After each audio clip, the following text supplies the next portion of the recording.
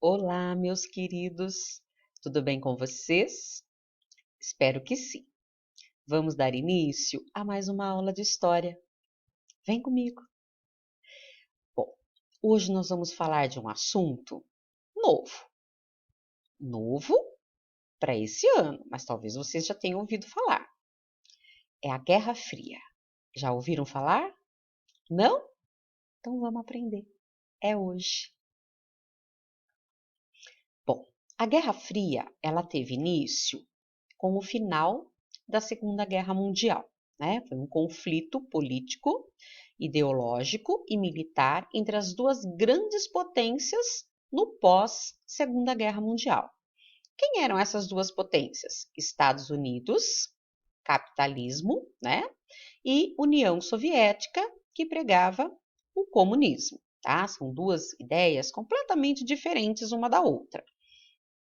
Então, vamos entender um pouquinho o que aconteceu. Bom, no capitalismo, existe a valorização da riqueza material, do individualismo, do consumismo, da democracia e da livre concorrência, tá? Então, são características do capitalismo. No comunismo, existe o bem-estar social, né? Então, todos precisam ter igualdade, né? Então, eles prezam a igualdade e a simplicidade. Então, eu não preciso ter uma riqueza gigantesca, um monte de coisas assim para ostentar. Eu preciso ter o necessário para viver. Então, outra coisa pregada por eles, né, pelos comunistas, dentro do comunismo, era o coletivismo, né? Agir coletivamente, todo mundo trabalhando junto, fazendo tudo junto para que todos pudessem ter tudo, né? A estatização, então o Estado sendo dono de tudo, e uma economia planificada, aonde o Estado planejaria o que aconteceria em todos os setores do país, né?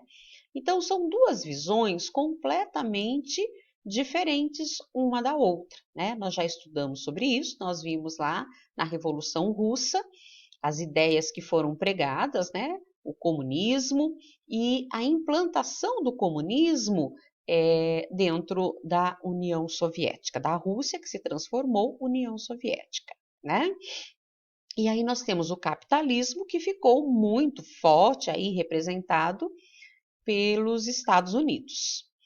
Bom, no final da Segunda Guerra Mundial, aconteceu a Conferência de Yalta e os líderes das grandes potências, né, Churchill, Roosevelt e Stalin, Inglaterra, Estados Unidos e União Soviética, e eles estão aqui, ó, né? Eles se reuniram e concordaram com a influência soviética na Europa Oriental. E eles decidiram sobre a ocupação da Alemanha, com a participação da França, né? Ela não está representada aqui nessa reunião, mas ficou decidido que eles iriam ocupar a Alemanha e isso seria o fim da Segunda Guerra Mundial. Bom, fim da Segunda Guerra, o que aconteceu? A gente já estudou também. Ataque nuclear dos Estados Unidos ao Japão, enfraquecimento das grandes potências europeias, né? Então, as grandes potências que haviam sofrido com as invasões alemãs durante a guerra, então elas estavam enfraquecidas.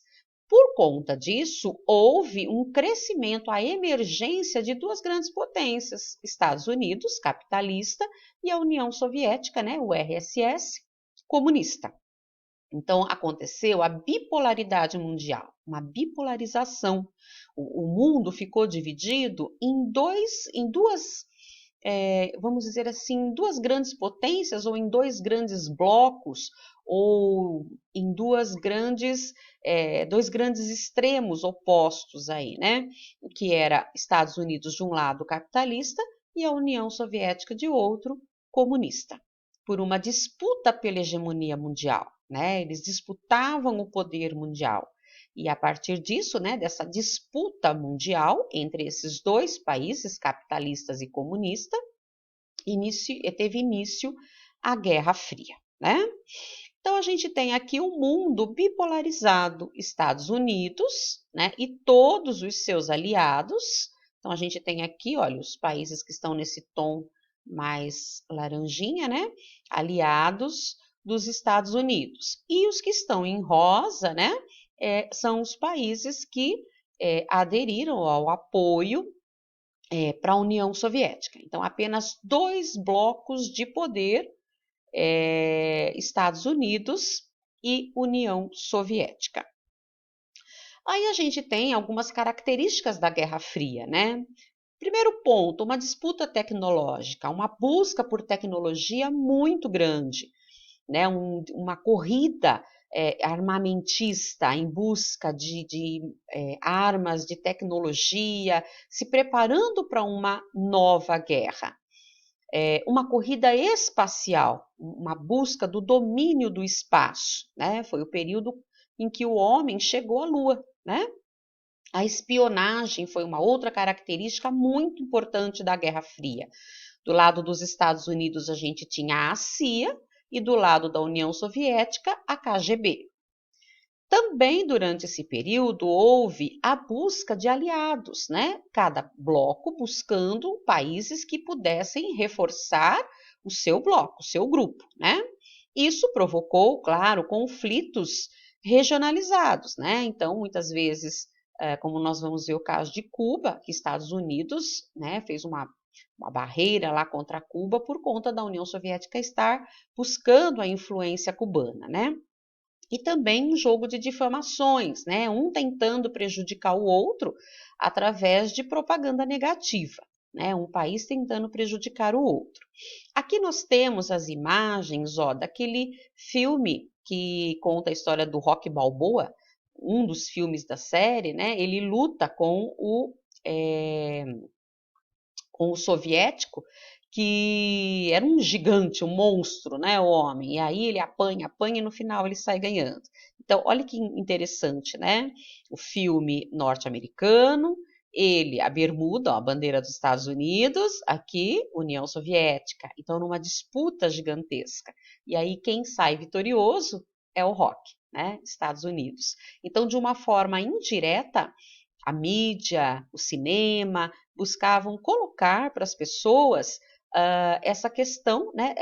O que é difamar? É colocar, vamos dizer, nesse caso que a gente tem o filme aqui, colocar a União Soviética como a vilã da história e os Estados Unidos como o mocinho da história, né? Então, era uma campanha de difamação.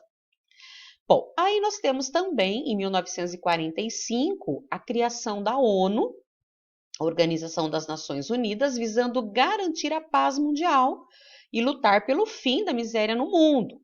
Juntamente com a criação da ONU, a gente tem a criação do FMI, que é o Fundo Monetário Internacional, a FAO, que é Organização para Agricultura e Alimentação, a Unicef, Fundo das Nações Unidas para a Infância, o BIRD, que é o Banco Internacional para a Reconstrução e Desenvolvimento, a OIT, Organização Internacional do Trabalho, e a Unesco, que é a Organização para a Educação, Ciência e Cultura. Então vejam que os grupos, né, aí no caso Estados Unidos, começou a se organizar, criando, né, organizações que pudessem beneficiar países, que pudessem ajudar, que pudessem interferir em outros países. E aí a ONU, ela teve lá a organização também do Conselho de Segurança, que era um órgão responsável por zelar pela manutenção da paz e da segurança mundial, né? Esse conselho, ele é formado por 15 membros, 15 países fazem parte. 5 são países permanentes, com poder de veto, né, de decisão dentro do órgão, Estados Unidos, França, Reino Unido, Rússia e China.